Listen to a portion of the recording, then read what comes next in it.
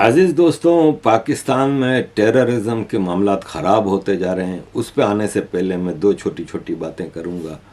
वो ये कि भारत में इलेक्शन का तीसरा फेज शुरू होने वाला है। अब एक महीने से भी कम रह गया रिज़ल्ट आने में। 4 जून को आ जाएगा रिज़ल्ट और हमें पता चल जाएगा कि भारत के इलेक्शन में कौन जीता है। अजीज़ दोस्तों, पाकिस्तान क्या चाहता है? पाकिस्तान चाहता है कि कांग्रेस जीते। यहाँ कांग्रेस मर रही है और वहां पाकिस्तान रो रहा है।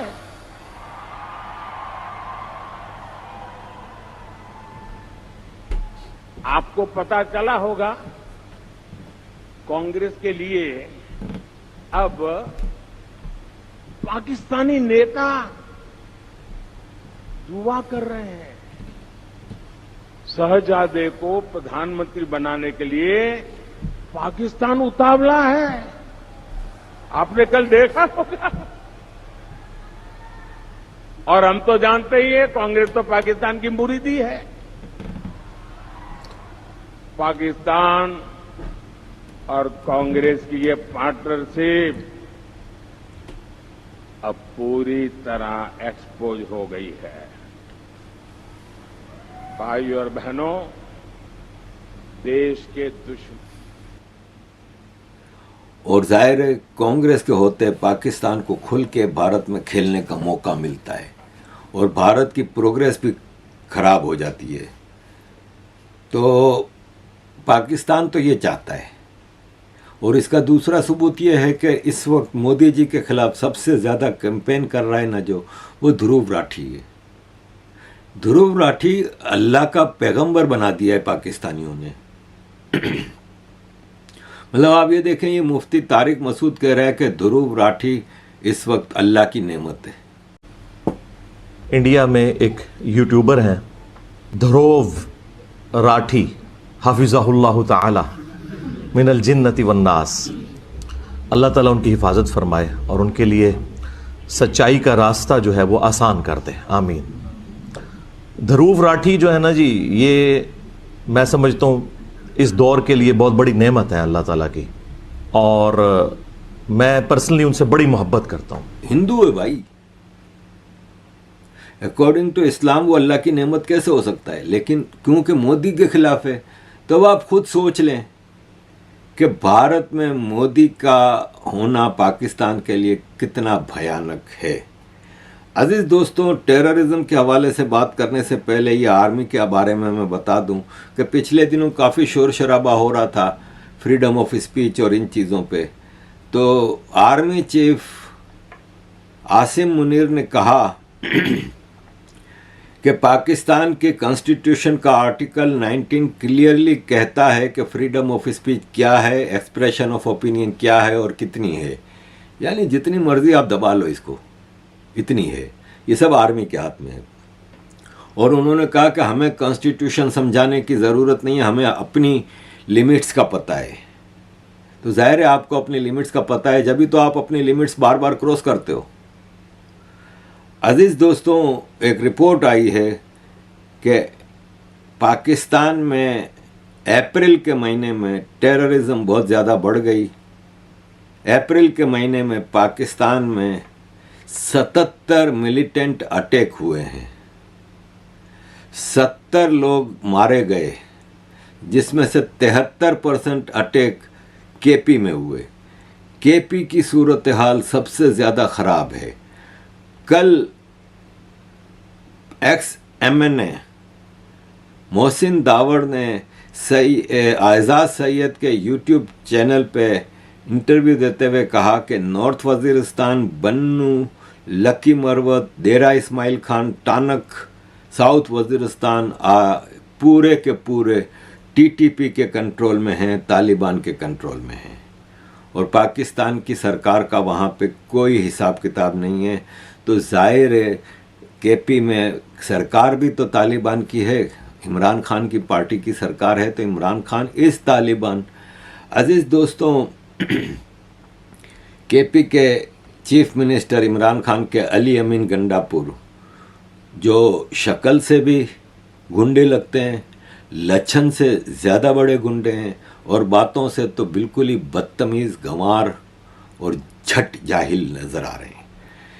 अजीज़ दोस्तों, इन्होंने अभी कहा है कि ज़मीन हमारी, सूबा हमारा, पानी हमारा, सैलरी हम दें, पेंशन हम दें, तो फिर फेडरल गवर्नमेंट 300 अरब रुपया, 300 अरब रुपये का मतलब 30,000 करोड़ रुपया फेडरल गवर्नमेंट हमारी केपी से कमा रही है, तो अब हम फेडरल गवर्नमेंट को कोई हिस्सा नहीं देंगे। तो ये ज़ाहिर पाकिस्तान को, फेडरेशन को तोड़ने की बात हुई ना। तो ज़ाहिर तालिबान है सरकार में तो यही होगा।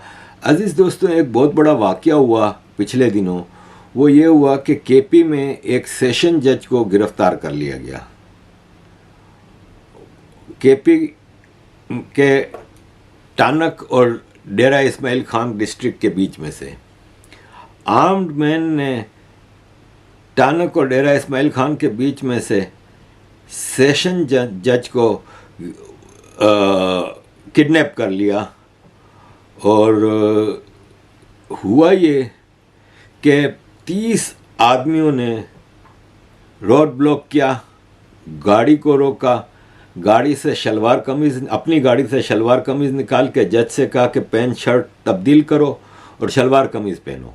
और फिर उसकी गाड़ी को आग लगाकर जज के ड्राइवर से कहा कि अब तुम यहाँ से वापस चले जाओ। और जज की आँखों पे कपड़ा बांधा, पट्टी बांधा और गाड़ी में लेके जज को जंगल में ले गए। और ड्राइवर को टेररिस्टों ने कहा कि इनके, पाकिस्तान की सरकार को बोलना कि इनके रिश्तेदारों और औरतों को जेल में रखा हुआ है, अगर पूरे किए हमारे डिमांड्स तो जज को छोड़ देंगे, वरना बहुत ही भयानक नतीजा निकलेगा। सुना है कि केपी की इमरान खान की सरकार ने 5 करोड़ रुपया टीटीपी को दिया इस जज को छुड़ाने के लिए। अजीज़ दोस्तों, इस केपी में, इस पाकिस्तान में जज भी सेफ़ नहीं है तो फिर और कौन सेफ़ होगा। ये इस वक्त सूरत हाल है पाकिस्तान की। अजीज़ दोस्तों, केपी से बाहर निकलें तो बलूचिस्तान आ जाएं। बलूचिस्तान की सिचुएशन आपको ये बताती हैं। बलूचिस्तान में जारी जंग में इस वक्त जो सबसे ज्यादा मुतासरा इलाके हैं उनमें से एक मशक़े अवारान भी है। मशक़े के इलाके तंग में 1 महीना पहले फौजी चौकी पर हमला हुआ। उस हमले के बाद वहाँ के जो मकामी लोग हैं वो सबसे ज्यादा मुतासर हैं और वो एक अजियतनाक और जलालत की जिंदगी गुजारने पर मजबूर हैं। वो अपनी मामूली जिंदगी और रोजगार और कमाई को छोड़ने पर मजबूर हैं, जहां सुबह सवेरे वहां के तमाम मर्दों को जो है फौज इकट्ठा करती है और अपनी फौजी चौकियों में लेकर जाती है, जहां पर उनसे गुलामों की तरह मजदूरी का काम करवाया जाता है, जिनमें से वो सड़कें साफ करती हैं, वो उनके लिए जो है जंगलात की कटाई का काम करती हैं। और जब वहां के फौजियों को गश्त पर निकलना हो या गश्त से वापस अपने चौकियों तक जाना हो तो इस दौरान भी वो उन मर्दों को अपने साथ लेकर जाती हैं, ये कहते हुए कि अगर हमारे ऊपर हमले होते हैं तो इसमें आप लोग भी मुतासिर हों। गुज़िश्ता 1 महीने से तंग का इलाका कर्फ्यू में तब्दील हो चुका है, जहां पर मकामी लोगों को ना नक्लो हरकत की इजाजत है और ना वहां पर उनको अपनी फसलों पर जाने की इजाजत है। 1 महीने से वहां पर उनकी फसलें खराब हो रही हैं, उनकी काश्तकारी रुकी हुई है, लेकिन वहां के लोगों को अपने फसलों पर जाने की इजाजत नहीं है। वहां की खवातीन भूख से मर रही हैं, वहां की औरतें और बच्चे भूख से मर रहे हैं। इस हमले के बाद वहां पर 3 नौजवानों को जबरी गुमशुदगी का निशाना बनाया गया, जिनमें 2 अप्रैल को सज्जाद आजम और वलीजान को जबरी गुमशुदगी का निशाना बनाया गया और बाद में 26 अप्रैल को आसिल मोहम्मद हसन को कैंप बुलाया गया और उसके बाद जबरी गुमशुदगी का निशाना बनाया गया, लेकिन बाद में यही कहा गया कि हासिल हमारे कैंप में मौजूद नहीं है। वहां की खवातीन 3 दिनों से मुतवातर एहतजाज पर बैठी हैं। वहां के सुनसान और कच्चे रास्तों पर वो मार्च कर रही हैं। वहां पर ना इंटरनेट की सहूलत मौजूद है, ना ही मोबाइल नेटवर्क्स मौजूद हैं। इसके बावजूद वो वहां पर एहतजाज पर बैठे हुए हैं, ये मुतालबा कर रहे हैं कि जो रियासती जबर है, जो एक इज्तिमाई अजियत है, इसमें उन सब की आवाज बने और साथ में उनके जो जबरी तौर पर गुमशुदा अफराद हैं उनको बाजियाबी में आप सब उनकी बाजियाबी के लिए आवाज उठाकर अपना किरदार अदा करें। दौरान एहतजाज इन खवातीन को डराया गया है, वहाँ के डेथ स्क्वाड के हाथों इनको धमकाया गया है और बड़ी मुश्किल के बाद इन खवातीन की वीडियोस हम तक पहुंची हैं और हम तमाम लोगों से दरखास्त करते हैं कि इन खवातीन की, इन बेबस माओं और बहनों की आवाज बने और इस रियासती जबर के खिलाफ बलूचिस्तान के लोगों का साथ दें। बहुत शुक्रिया। अब आप ये देखें कि धमाका होता है, खुजदार प्रेस क्लब का चीफ सादिक मैंगल मारा जाता है, बलूचिस्तान में खुजदार में बम धमाका होता है। ये इसके ऊपर पहले भी दो अटैक हो चुके थे खुजदार प्रेस क्लब के चीफ के ऊपर और अब फाइनली ये मारा जाता है, 3 लोग और मारे जाते हैं। अजीज़ दोस्तों, बलूचिस्तान में प्रोटेस्ट जारी हैं, पूरे बलूचिस्तान के हाईवेज़ ब्लॉक किए गए हैं, तकरीबन 15 दिन हो गए हैं ये प्रोटेस्ट चल रहे हैं। ट्रांसपोर्टर्स गवर्नमेंट के फैसले के ख़िलाफ़ प्रोटेस्ट में गए हैं। गवर्नमेंट ने फैसला किया है कि ज़्यादा से ज़्यादा चेक पोस्ट बनाई जाएंगी सारे रोड्स पे ताकि लोगों की सेफ्टी हो। ख़ास तौर पे जब नौशकी में एक बस से अंदर टेररिस्टों ने घुस के पंजाबियों को उनके आईडी कार्ड देख के कत्ल किया था, उसके बाद से ट्रांसपोर्टर कह रहे हैं कि आप इतनी ज़्यादा चेक पोस्ट बनाते हैं, उसमें आपके सरकारी अहलकार हमें तंग करते हैं, हमसे भत्ते लेते हैं और हमारे बसों में सफ़र करने वाले मासूम मुसाफिरों की भी तलाशियां लेके उसमें काफ़ी सामान उनका लूट के चले जाते हैं। अज़ीज़ दोस्तों, बलूचिस्तान की तो ये सूरत हाल है। अभी 10 दिन में सब इंस्पेक्टर समेत 3 पुलिस वालों की टारगेट किलिंग हुई है। सॉरी, ये बलूचिस्तान में नहीं, ये पंजाब की सूरत हाल है। केपी देखा आपने, बलूचिस्तान देखा, अब आते हैं पंजाब की तरफ। पंजाब में 10 दिन में सब इंस्पेक्टर समेत 3 पुलिस एहलकारों की टारगेट किलिंग हुई है। मुलजिम को गिरफ्तार किया गया लाहौर डिफेंस से। मोटरसाइकिल, 3 पिस्तौल और जो टारगेट किलिंग के वक्त इसने कपड़े पहने थे वो बरामद कर लिए। अब इसमें रॉ कहाँ है भाई? अब इसमें इंडिया कहाँ है? ये सब अंदर के खेल हैं। मैंने आपको पिछली वीडियो में मेजर गौरव आर्या की वीडियो बताई थी। अब आते हैं कराची में। कराची इस वक्त सबसे ज़्यादा क्राइम का गढ़ बना हुआ है। आम आदमी की ज़िंदगी हराम है। मुझे कई दोस्तों के फ़ोन आते हैं कराची से कि यार यहाँ से निकालो हमें, यार अब यहाँ रहने जैसा रहा नहीं है और इतनी क्राइम बढ़ गई है। ये एक आप देखें जी, वैसे तो कराची वालों को शहर की सड़कों पर या फिर घर की दहलीज पर या फिर बैंक जाते हुए या फिर वहां से वापस आते हुए लूटा जा रहा था, लेकिन अब डकैतों ने एक नया अंदाज अपनाया है और पूरी बस को जो है जी लूट लिया जाता है। कराची में एक बहुत अजीब वाकया पेश आया है। हैदराबाद से कराची आने वाली बस को जो है वो लूट लिया गया है और डाकुओं ने बड़ा मुनफरिद अंदाज ये अपनाया है कि वो उसी बस में हाईएस्ट में जो है वो मुसाफिर बन के सवार हुए। 2 डकैत जो है वो ड्राइवर के पास जो आगे वाली सीट्स होती हैं उन पे बैठे और एक डाकू जो है वो पीछे सीट पर बैठा। जब कराची में जमाली पुल आने लगा तो उसके करीब उन्होंने जो है वो गाड़ी को रुकवाया है और उसमें जो है वो ड्राइवर ही अमूमन जो है वो पीछे आके दरवाज़ा खोलता है, क्योंकि उसमें कंडक्टर नहीं होता इन ये जो हाईएस्ट चलती हैं उसमें। तो जैसे ही ड्राइवर जो है वो उतर के पीछे की सीट पर आया है कि वो जी दरवाज़ा खोल दे, जैसे ही उसने दरवाज़ा खोला है तो जो पीछे बैठा हुआ डकैत था उसने पिस्टल लोड कर दी उस ड्राइवर पे। एक आगे बैठा हुआ डाकू जो है वो उसने गाड़ी का स्टीयरिंग संभाल लिया और गाड़ी चलाता हुआ सोराब गोट के पास ले गया, जहाँ पे सुनसान इलाका था। वहाँ पर तमाम मुसाफिरों को लूट लिया गया, उनसे मोबाइल फोन और कीमती अशिया से जो है वो उनको महरूम कर दिया गया। 530/2024 मुकदमा नंबर है जो कि राशिद अली की मुद्दत में दर्ज कर लिया गया है साइड सुपर हाईवे थाने में। अब मुकदमा तो दर्ज कर लिया गया है लेकिन मुलजिमान ताहाल गिरफ्तार नहीं हुए हैं। पुलिस का ये कहना है कि शायद ये कोई कच्चे के डाकुओं का कोई गिरोह हो सकता है जो कि अब शहर में इस तरह जो है वो वारदातें करना चाह रहा है, लेकिन अभी तक हतमी तौर पर इसके बारे में कुछ नहीं कहा जा सकता कि ये डाकू कहाँ से आए और कहाँ गए। लेकिन एक बड़ी मुनफरिद वारदात इस तरह से है कि बाकायदा उन्होंने सफ़र तय किया है हैदराबाद से कराची का, बाकायदा टिकट देके वो मुसाफिर की तरह जो है वो बस में सवार हुए और उसके बाद तमाम मुसाफिरों को जो है वो उन्होंने लूटा और बासानी फरार भी हो गए। मतलब अब आप देखें कि पूरी बस लूटी जाती है, पूरा सिस्टम आउट ऑफ कंट्रोल है। पूरे पाकिस्तान का ये हाल मैंने आपके सामने रखा। और कश्मीर पीओके, पाकिस्तान ऑक्यूपाइड कश्मीर में कई किस्म के प्रोटेस्ट चल रहे हैं। 11 मई को पूरे पीओके गिलगित बल्तिस्तान में सारी कश्मीर की पॉलिटिकल सोशल पार्टियों ने, एनजीओज ने, सब ने मिलकर प्रोटेस्ट का ऐलान किया और 11 मई को पूरा कश्मीर पीओके गिलगित बल्तिस्तान बंद रखा जाएगा। उधर मुनीर अकरम यूनाइटेड नेशंस में स्पीच कर रहा है कि भारत कश्मीरियों को राइट्स नहीं दे रहा, भारत कश्मीरियों पर टॉर्चर कर रहा है, अत्याचार कर रहा है। लेकिन यहाँ पे सूरत हाल पाकिस्तान में ये है कि कश्मीर में लगातार प्रोटेस्ट जारी हैं। झलक आपके सामने।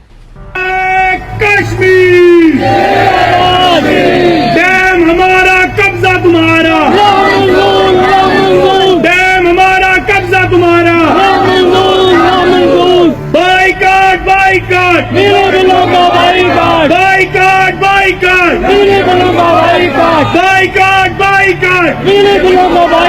बाइकाट बाइकाट, डैम हमारा, कब्जा तुम्हारा, डैम हमारा, कब्जा तुम्हारा। अजीज दोस्तों, पाकिस्तान के टेररिस्ट अफगानिस्तान में खुल के कार्रवाइयाँ कर रहे हैं। एक मस्जिद में एक आदमी ने बंदूक लेके घुसा, गोलियां चलानी शुरू कर दी और जितने लोग मौजूद थे मस्जिद में उनको गोलियां लगी हैं, कुछ ज़ख्मी हुए हैं, 6 तो इमीडिएटली मर गए थे। और कहने वालों का ये कहना है कि ये शिया लोगों के ऊपर अटैक था। मस्जिद में शिया लोग थे जिनके ऊपर ये अटैक किया गया। ये पाकिस्तान अफ़गानिस्तान में चैन से बैठने नहीं दे रहा।